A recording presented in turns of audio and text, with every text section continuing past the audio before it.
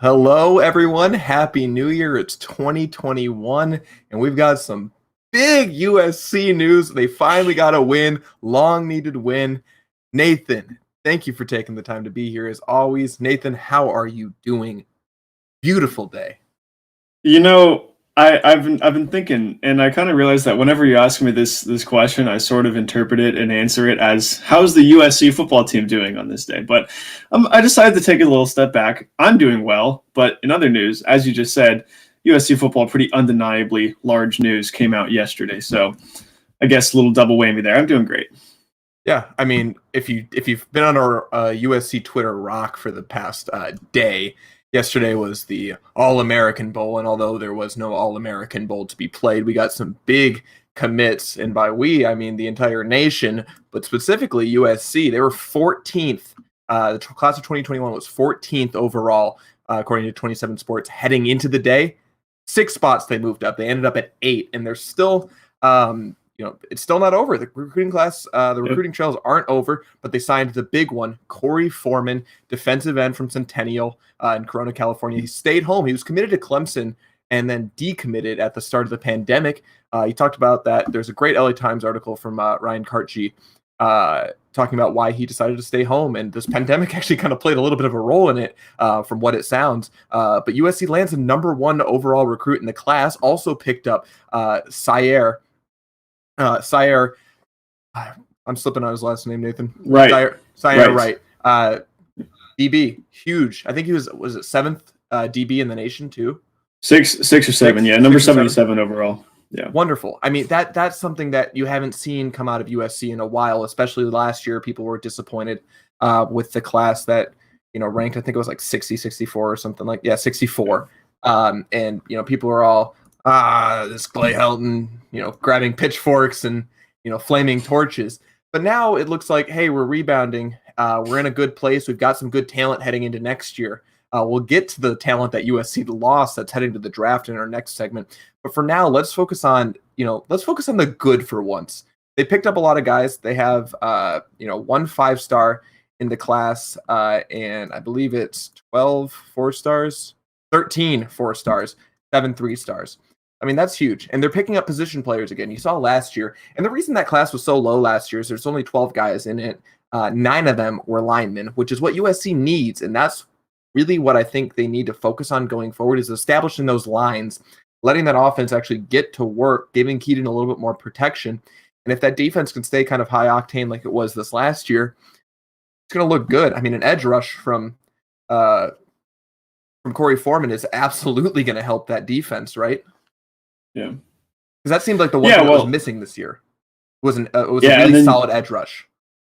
Yeah, and if you have Corey Foreman and Drake Jackson on the same defensive line, throw in Tuli Pelotu, Nick Figueroa, I mean, defensive line might be pretty nice next year. Hey, I mean, it's hard to know where they're going to be next year, but I like this for USC. I like this class. I like it from an optics standpoint. I like it from a lot of standpoints.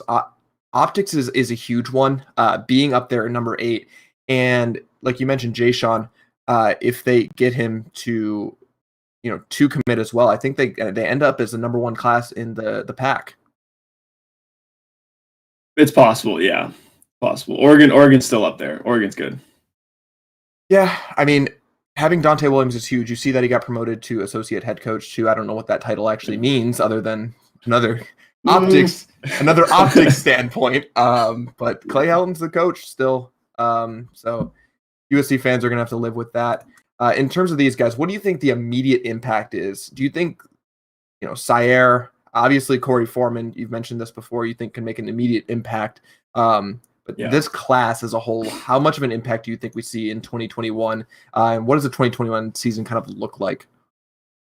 Yeah, well, I think you have to talk about this, and we'll get into the specifics of this later, but you sort of have to talk about this in the context of who are they losing and what holes are these guys probably going to fill, right? The safeties and cornerbacks took a big hit when Hufanga and OG declared for the draft, the second one coming as somewhat of a surprise, I guess. Not a lot of people saw that coming, but putting in right there putting in, transfers like Xavier Alford, it's just going to make those losses, while still significant, it's going to make them slightly more bearable. And I think this all comes back to, the elephant in the room, in every single room when you talk about Clay Helton, right? It means that this team next year, it's probably not on the whole going to be quite as talented, but it's going to be up there with the 2020 team. And what that means is that if this team underperforms again, you are really running out of justifications to keep this guy around. Now,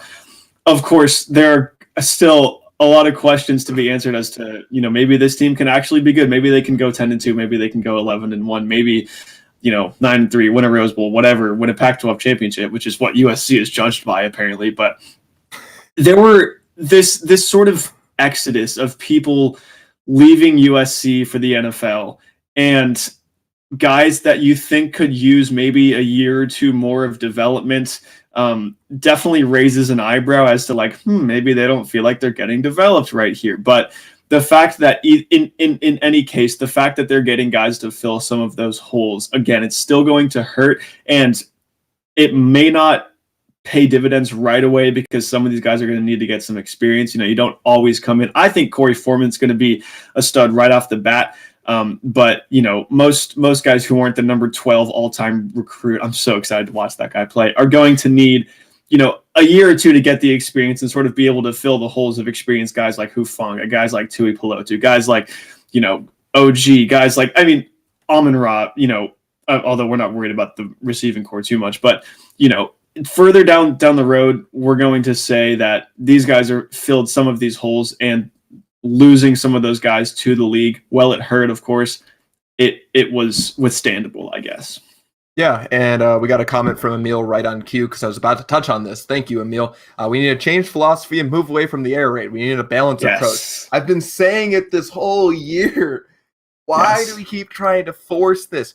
And that's the one thing that I'm really worried about, Emil, is with these guys in the 2020 class, you got a lot of big dudes. If this offensive line figures its thing out, new line coach as well, with Drevno out, if they figure out how to protect Keaton, it also establishes a good run game, but I don't know if they're going to use it if we're not worried about Keaton getting sacked and getting hurt on every play.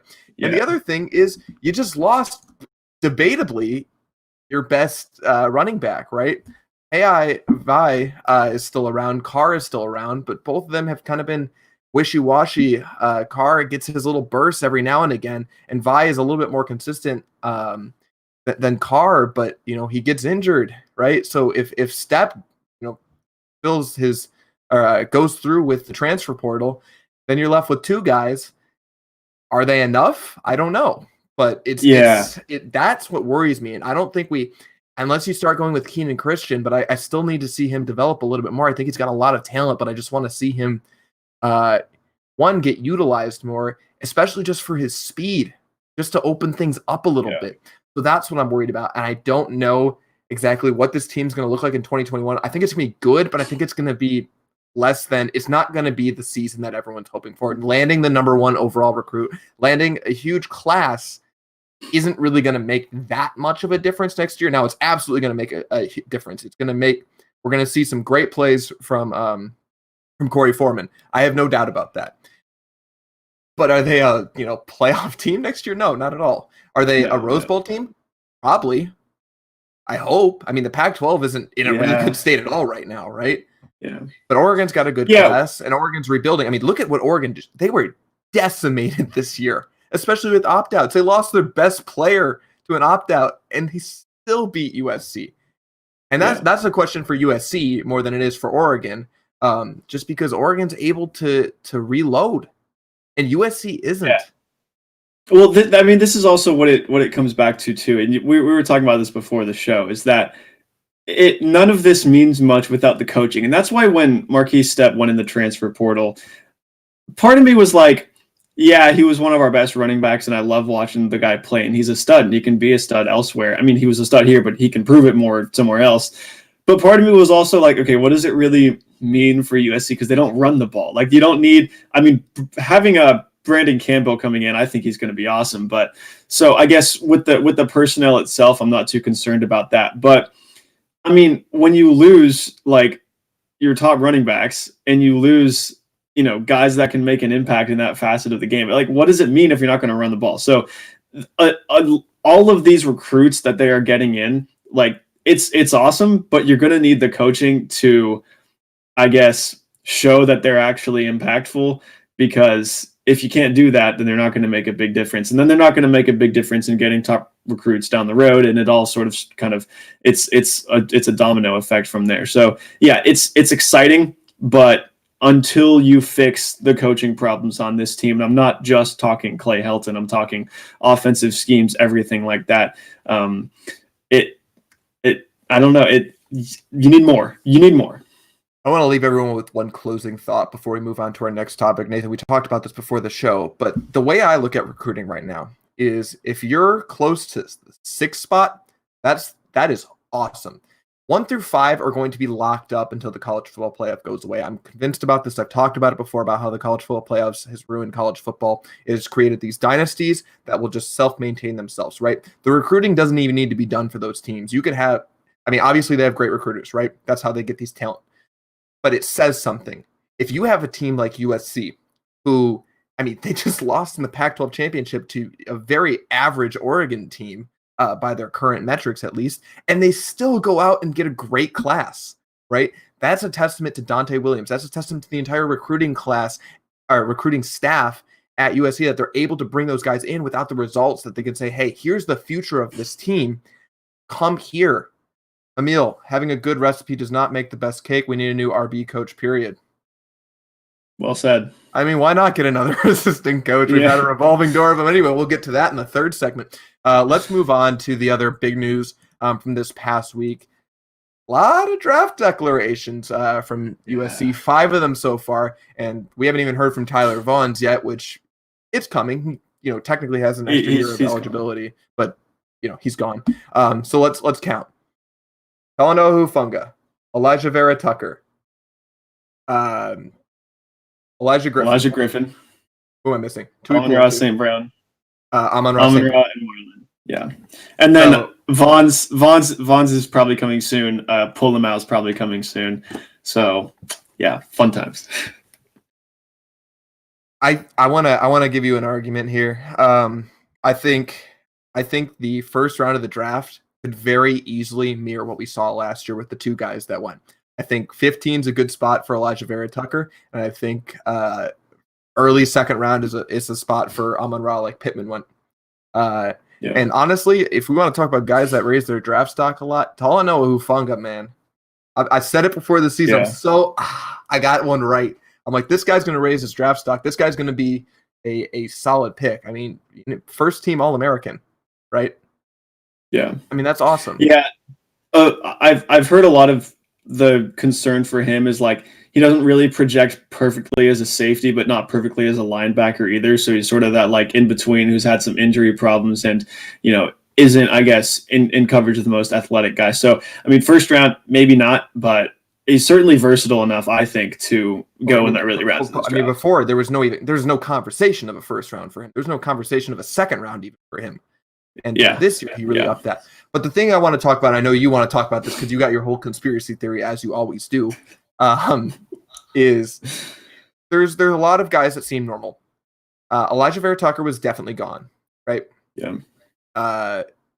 After we saw him play this year, Talanoa, definitely gone. Amon-Ra, probably gone, right? Yeah. But then you see guys like Tui Pelotu for more or less. And then you see Elijah Griffin, where it's like, this guy really could use another year to develop. He's a good corner. Don't get me wrong, but an extra year wouldn't really hurt him, right? Yeah. So why are they leaving?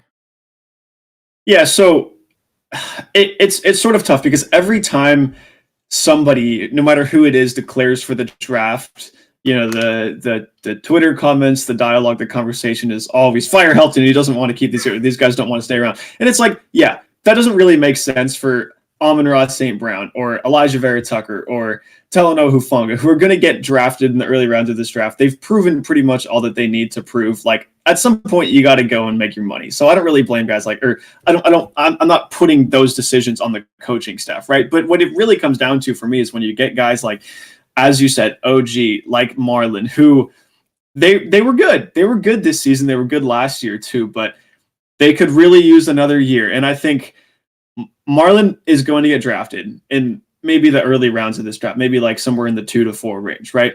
But if you have another year here, I think he has the talent in him to turn himself into a late first round, early second round at the very latest draft pick, even, you know, middle of the first round kind of thing. And then OG, it's not a certain deal that he gets drafted. I certainly hope he does. I think he is definitely probably good enough to do so. But you sort of wonder if he had another year here, if everything was going right, you would figure he would only improve and he'd only be a year older. It wouldn't really hurt his draft stock all that much. So you sort of wonder why they're not doing that. And then you think there must be something going on behind the scenes. Like they just don't feel like they can develop under Clay, under the coaching staff, probably pretty much Helton. And they're kind of taking that and saying, spending another year here would just be a waste of time and not really, I don't know, improve my stock all that much. Again, this is total speculation coming from me because like I didn't sit down with OG and be like, why'd you declare for the draft rather than staying for one more year? But it just seems like if you had a program that had a reputation for taking fringe draft guys, maybe 6th, 7th round draft guys, and turning them into 3rd, 4th round, 1st, 2nd round guys, you would see a lot more of that happening here. And again, for the 1st and 2nd rounders who are pretty much surefire 1st and 2nd rounders, it doesn't really matter because what would another year do for Elijah Vera Tucker? But those guys toward the end, you sort of wonder if they feel like another year spent in college wouldn't really do them all that much. And here's the thing I keep getting back to is I don't know that it's a cultural issue. I mean, you look at guys that transfer away from this program or leave this program. A lot of guys, I mean, the best one I can think of, and this is because I'm a Detroit fan, is when people started leaving Detroit, right? You look at Slay. That dude hated Matt Patricia more than anyone, right? And you have guys like that, maybe a little bit less in college because they still have to, you know, be nice before they get to the pros. But you see guys start talking about that, and I haven't heard anything. Everyone loves the culture of USC. Everyone loves Clay Helton. There's never that conversation of like, oh, this guy doesn't know what he's doing, where you've seen that with a lot of other teams, even at the college level. So I don't know how much that is, but it certainly from a development standpoint, it's possible. Yeah. I haven't heard that from anyone.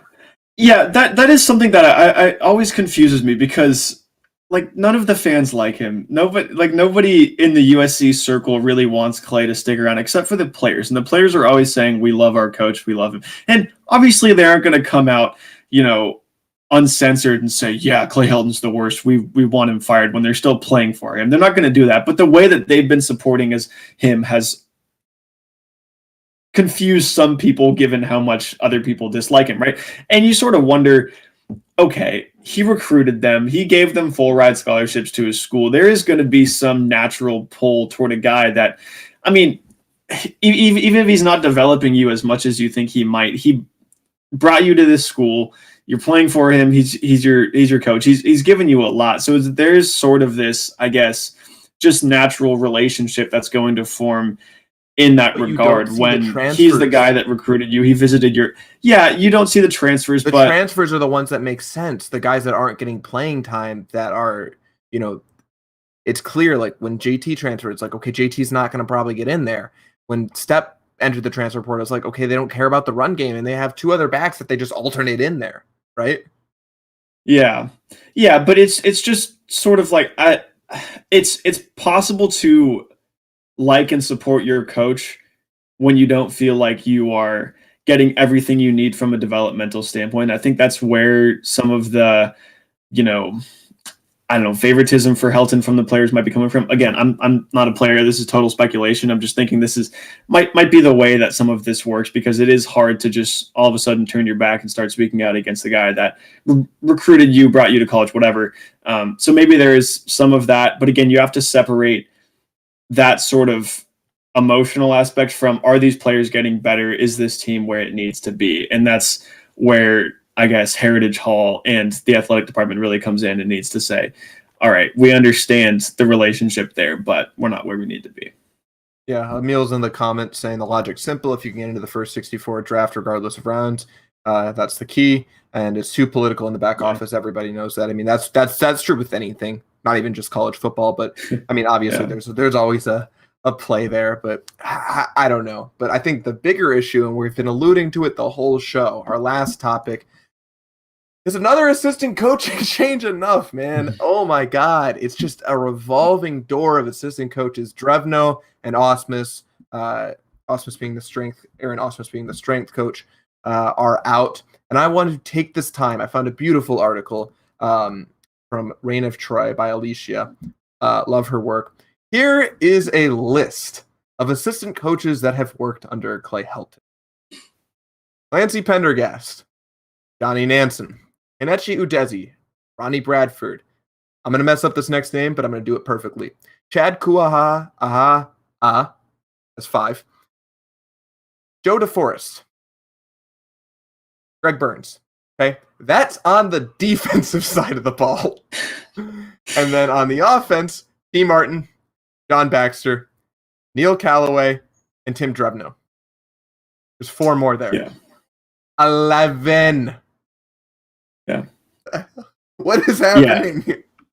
Yeah. So at some point you start to wonder what's the common denominator here. And I think we're like 2 years removed from that point. Like that point has been established. But I also think there is something to the fact that Tim Drevno probably needed to be fired, and the fact that Clay Helton needs to be fired. Like his contract was up, right? He was it wasn't renewed, whatever. Yeah, essentially, like effectively, yeah. I mean, look, people, whenever USC fires an assistant coach, it's going to be like, oh, this isn't enough. We want Helton fired. This is going to do nothing. But like, the fact that an assistant coach needs to be fired and the fact that Helton needs to be fired aren't necessarily mutually exclusive. Like, yes, people want Helton gone. Yes, Clay Helton should be fired. Unequivocally going to say that. But like, dragged on Twitter again, Nathan. Yeah, Helton's going to stay. Like, Helton's staying. And even if he wasn't, that's separate from the fact that, like, Drevno, the offensive line was bad. The recruiting was bad there. Like, it just needed to get better. So, yes, it is sort of concerning that, you know, the assistants always become the scapegoat. And it's like, okay, what's been the one constant throughout? Like, at some point, you only get so many, you know, defensive line coaches and offensive line coaches and, like, you know, cornerbacks coaches until you're like, what about the head coach, the guy with the most influence? But still, like, some of these changes needed to be made. It is concerning, and it does make you wonder, like, whether they're just trying to make excuses, because obviously that's what they're doing. But I don't know. The fact that Clay Helton should be fired doesn't make me any. It doesn't mean I don't think Tim Drevno should have been fired, if that makes any sense. I mean, here's 2 storylines while we're looking at head coaches, right? First of all, if this goes through with the Jags, Urban Meyer's off the table. That one came out of nowhere. If that's true, I would have not seen that coming for miles. And then that's going to be a popular one at USC. Well, they're going to love that. They're going to love it. I mean, hopefully we'll have to stop hearing about it on Twitter, but probably not. And then you look at another school, very similar to USC, that's been down in recent. That's a traditional blue blood program that's used to throwing a bunch of money at the wall, that's used to throwing coaches out if they don't perform. And of course, I'm talking about Texas.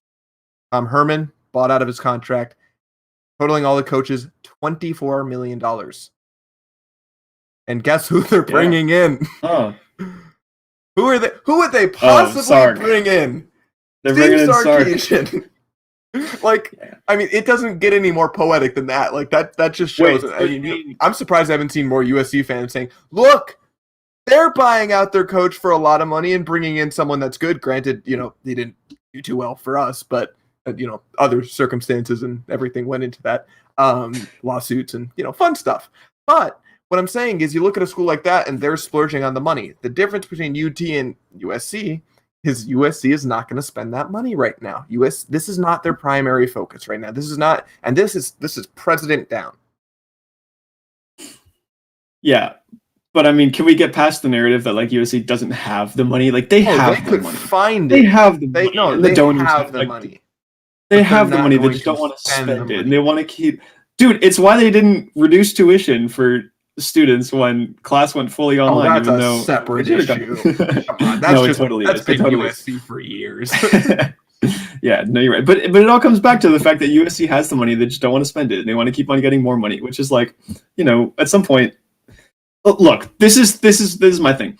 With all the assistant coaches that you keep on firing and hiring, and all the seats that are going to be filled in the Coliseum if there was a new head coach there, the buyout keeps on getting smaller every single year. They keep that figure under wraps, but I can't imagine it's still $21 million, whatever people were saying it was. At some point, it pays for itself.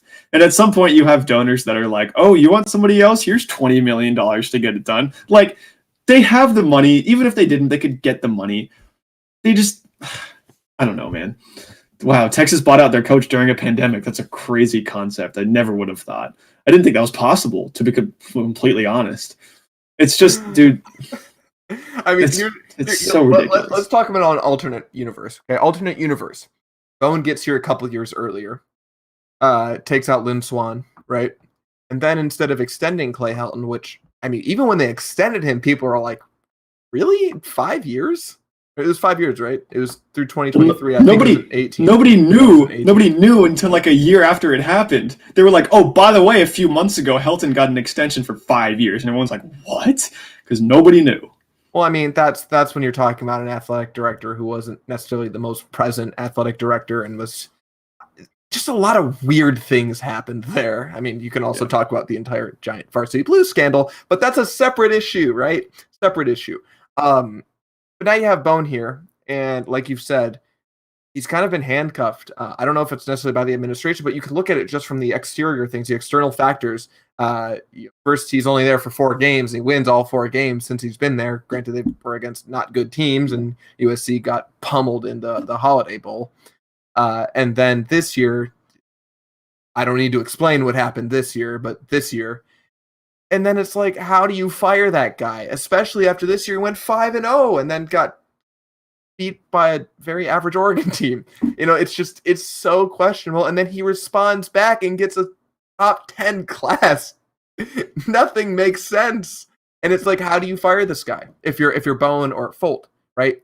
Oh yeah, if you're speaking from their perspective. Oh yeah, absolutely, yeah. No. I am, and that's just the issue. Is it's like we can keep doing this, and they want to keep Clay. Clay is a safe bet. This university has been destroyed by, not necessarily destroyed by the media, because the media is just telling them what they've done wrong. But I mean, think about all the scandals in the last few years. We joked about that. Emil said Auburn did the same, cost them $18 million. Yeah, right. But here's the thing. Auburn wasn't at the center of the Varsity Blues scandal. Auburn didn't have a predatory gynecologist. Auburn didn't have another predatory doctor. Auburn didn't do everything that USC has done in the past few years, and then they bring in a new president in Carol Folt who has expertise in cleaning up athletic scandals. She did so at UNC, and now she's here. And the thing that I keep getting back to, and if I'm Folt, if I'm thinking from her perspective, is Clay Helton is a safe bet who can coach a good football team, not a great one, not one that's going to win championships, but a good one. Is there any possible way we can give him everything he needs without having to buy him out and potentially spend a lot of money replacing him and potentially bring in a guy who is not as safe of a bet, who we might have to worry about? That's where I see Folt coming from, and it's unfortunate because, yes, those options are all there. They can do it. But why would you if you have a safe bet right there? And I say safe bet as in from the administration's perspective. That's just my theory about all this. I have no idea. I don't have Carol Folt's personal number. I wish I did. We could be texting buddies. Carol, if you're watching this, get in contact with me. I'd love to chat sometime. But that's the issue. Yeah, the thing, this is what the recruits are, though, right? Every year that Bone's been here, there's been some excuse, and it's never been a good excuse, but there's always been an excuse. Last year Bone was only here for 5 games. It's hard to fire a guy then. Whatever, USC finished strong, whatever. This year it's, oh yeah, they were kind of, up and down, but they still went 5-0. They Pac-12 South champions, plus there was COVID, but next year, those excuses kind of run out. The talent's still going to be there. Maybe not in the quantities that it was last year just because of the guys that they're losing. But in terms of the recruiting class, it's even better. So if you can't win with this team, there's probably going to be another excuse. They're probably going to find one somewhere, but at some point you run out of excuses. You run out of assistant coaches. I don't know. All right, Nathan, The money's there. We got to wrap it out. I'll let you have that closing thought. Thank you, everyone, for tuning in to this episode of Trojan Dash. As always, you can find us on the web at www.dashsports.tv. You can find us on social at Dash Sports TV, on Facebook, Twitter, Instagram, TikTok, you name it, we're there. As always, we have articles published in collaboration with Sports Pac-12. You can find them on Twitter at Sports Pac-12 or on the web at sportspac12.com. For Nathan Ackerman, I'm Sam Arslanian. Thank you for tuning into this episode of Trojan Dash. Stay up to date with all our stuff. We'll keep doing this. We're going to have basketball talk soon, so stay tuned for that if you're a basketball fan. Thank you for tuning into this episode of Trojan Dash. The new year, is it a new USC? We'll just have to wait and see. See you guys later.